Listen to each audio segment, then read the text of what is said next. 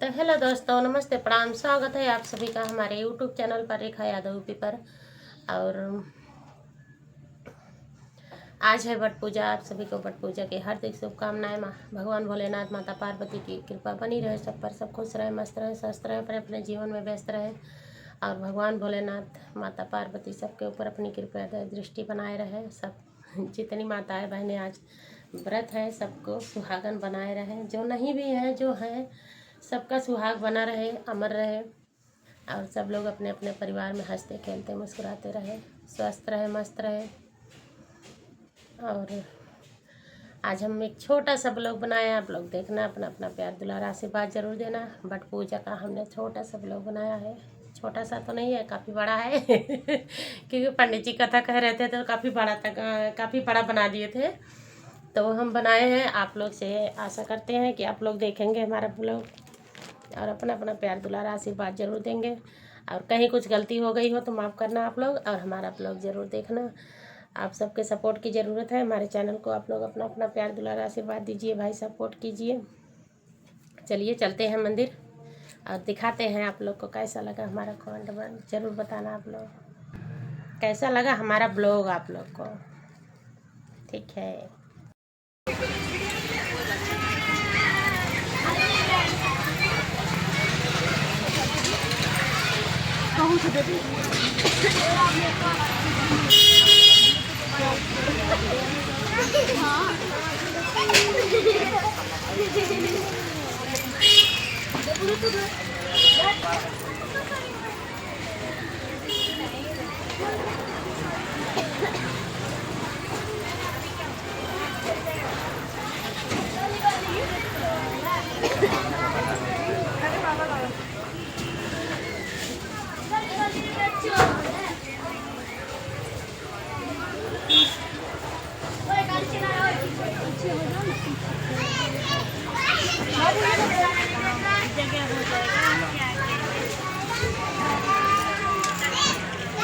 चलो भाई, भेंट हो सब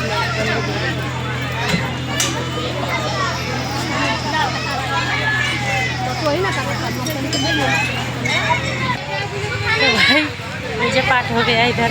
अब चल रहे हैं मंदिर में। दीपा जी यहीं पर है।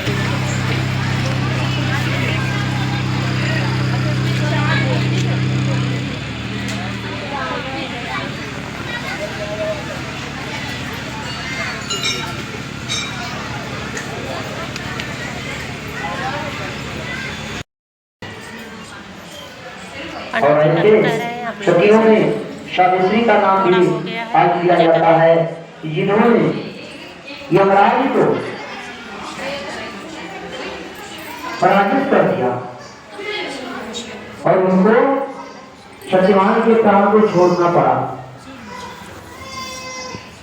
तो सतुत्व में इतना ताकत है। स्त्रियों के लिए भी पतिव्रत धर्म ही सबसे उत्तम व्रत है। पति की सेवा करना ही सबसे बड़ा धर्म है। एक ही धर्म एक व्रत नेमा, काय वचन मन पति पद प्रेमा। चाहे अंधा हो, चाहे लूला हो, चाहे झगड़ा हो, चाहे जैसा हो, पति का तिरस्कार नहीं करना चाहिए।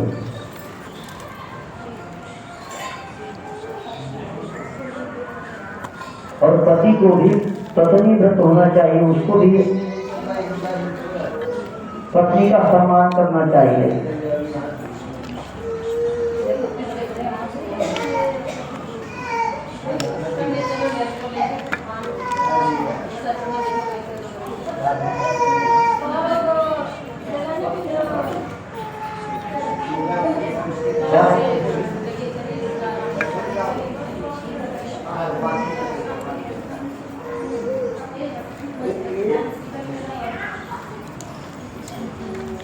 पत्नी का धर्म, पति की सेवा और पति की पूजा।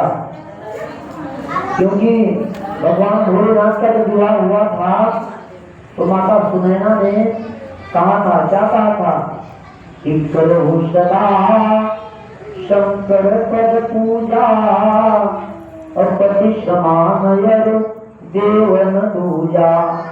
पति के समान दूसरा कोई देवता भी नहीं है। जैसा मंदिर में प्रणाम कीजिए, भगवान के सामने का पैर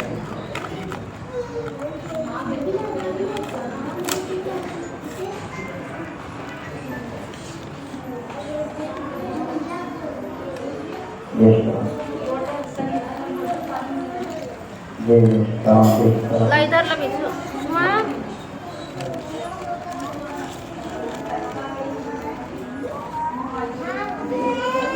और जब माता सुनैना ने माता पार्वती से कहा कि पति के समान कोई दूसरा देवता नहीं होता है।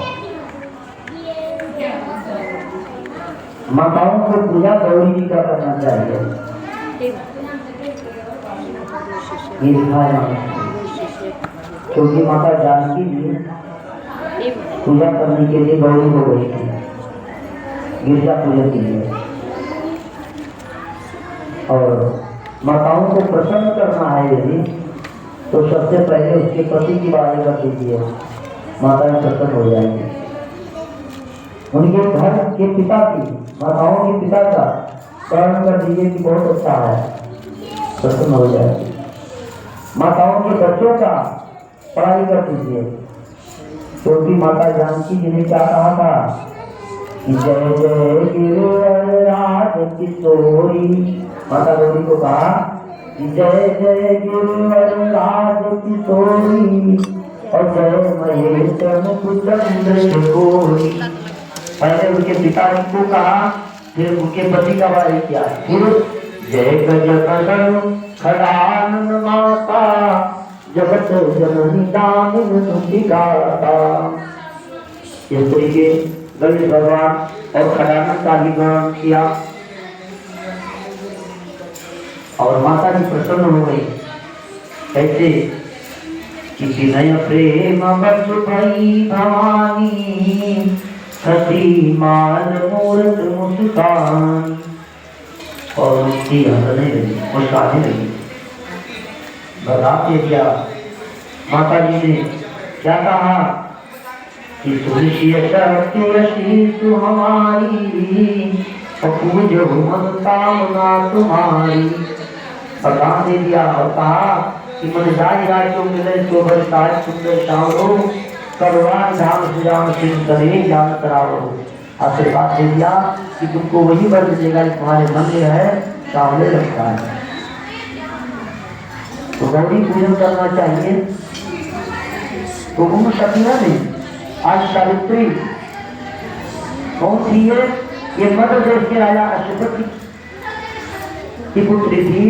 राजा अश्वपति और पति दोनों संतान के लिए सावित्री देवी का पूजन व्रत किया और पूजन के कारण भगवान से उन्हें पुत्री प्राप्त हुई और उस पुत्री का नाम उन्होंने सावित्री रख दिया।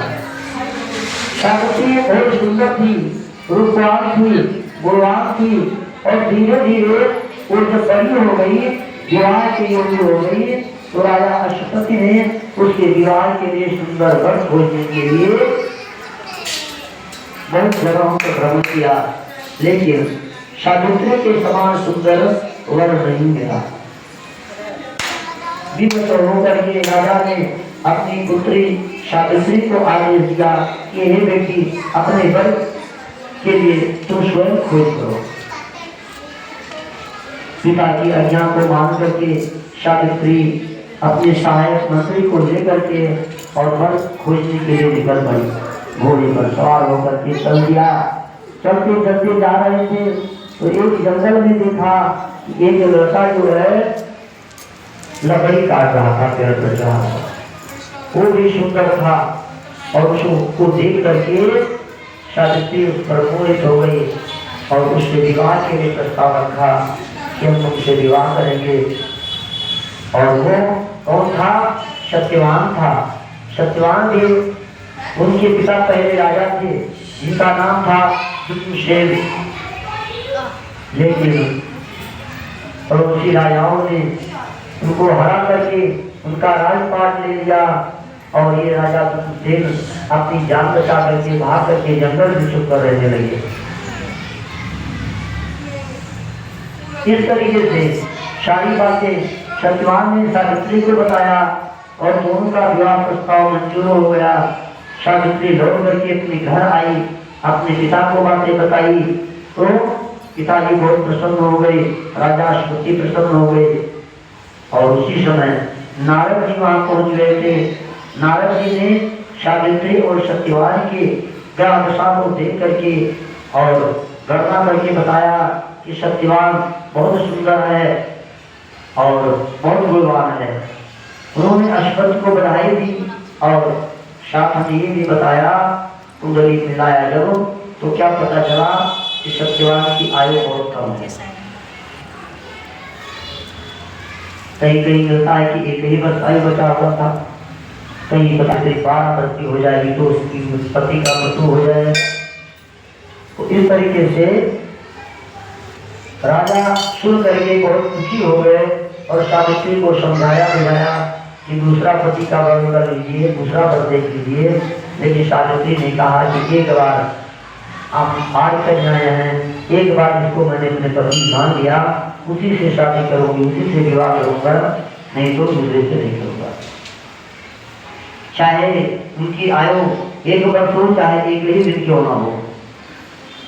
ऐसे युद्ध के बाद में सावित्री और सत्यवान का विवाह हो गया और दोनों जंगल में चले गए, रहने लगे अपने माता पिता के साथ में, सास ससुर की सेवा करने लगी वो। और धीरे धीरे वो समय आ गया,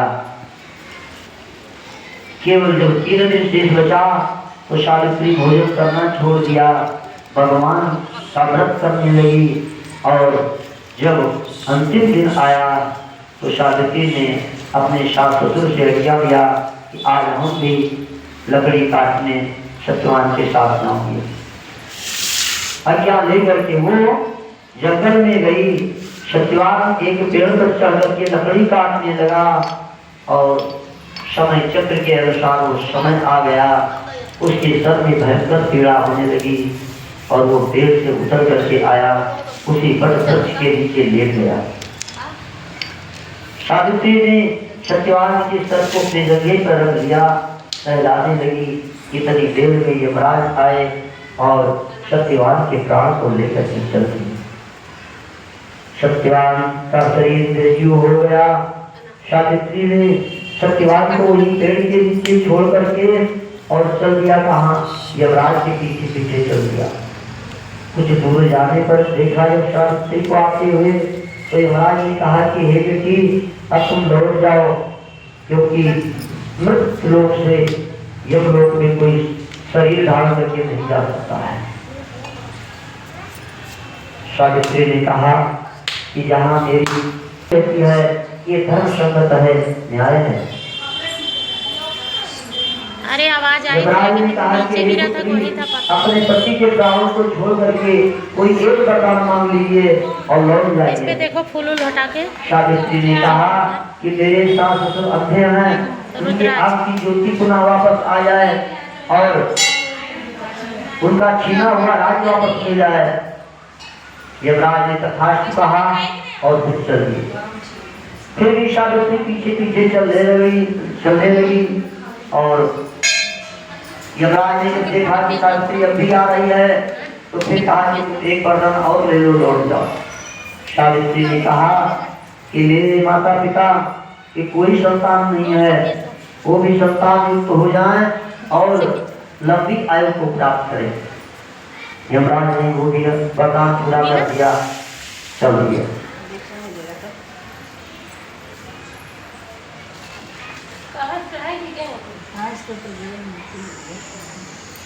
आवाज आई थी खटक, लेकिन वो कहाँ गया पता नहीं।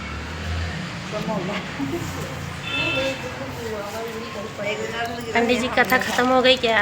अब हम लोग जाने के बाद में फिर देखा कि सावित्री चली आ रही है तो नारद जी ने गुस्से में आकर के कहा कि अब भी लौट जाओ और अंतिम वरदान एक वरदान और दे दो। सावित्री ने कहा मुझे पुत्र रोटी होने का वरदान दीजिए। मैं 100 पुत्रों की माँ बनूं।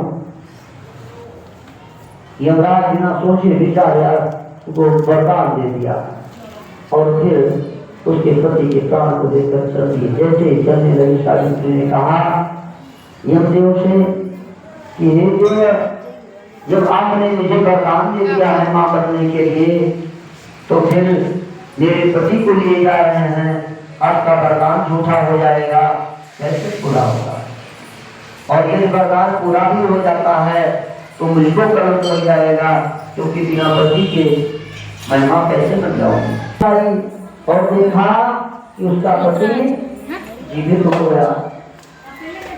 सावित्री ने उस वट वृक्ष की पूजा किया, परिक्रमा किया, फिर दोनों अपने घर आए। उनकी सास ससुर की आंखें ठीक हो गई, छिना हुआ राज वापस मिल गया और राजा अश्वपति दीर्घायु के लिए हो गए, वो भी पुत्रवान हो गए। इस तरह सती अपने सतीत्व के बल पर विधि के विधान को भी टाल सकती है। ये शक्ति है सतियों में। बोले सती सावित्री मैया की जय।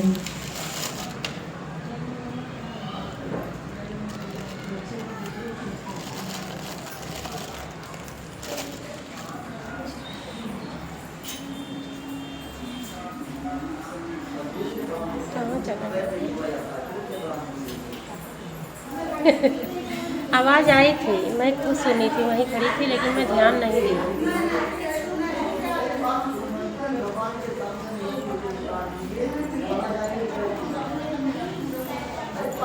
रुद्राक्ष ऐसे ही होता है, मेरे भी 2 बार ऐसे हुआ था मेरे साथ।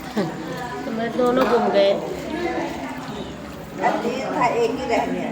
हाँ, तो वही तो मैं कह रही हूँ कि गुम जाते हैं ऐसे।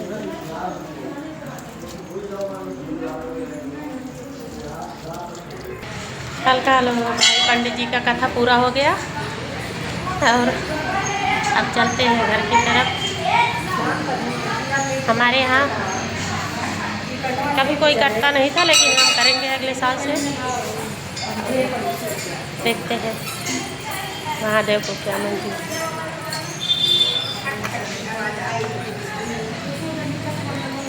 सही सलामत बनाए रखेंगे महादेव सब कुछ। अगले साल जरूर कर उठाएंगे। कर तो लेते हैं हर साल थोड़ा थोड़ा, होता नहीं है फिर भी कर लेते हैं थोड़ा थोड़ा, जो भी पूजा पाठ आता है हमारा। तो भाई थोड़ा थोड़ा वीडियो जो बनाए हैं आप लोग देखना, अपना अपना प्यार दुलार आशीर्वाद जरूर देना। हर हर महादेव, राधे राधे, जय श्री कृष्ण। महाकाल सभी को सुहागन बनाए रखें, अपना आशीर्वाद सबके ऊपर बनाए रखें। हर हर महादेव। हम अपने ब्लॉग को यहीं का एंड करते हैं। आप लोग देखना, अपना अपना प्यार दुलार आशीर्वाद जरूर देना। हर हर महादेव।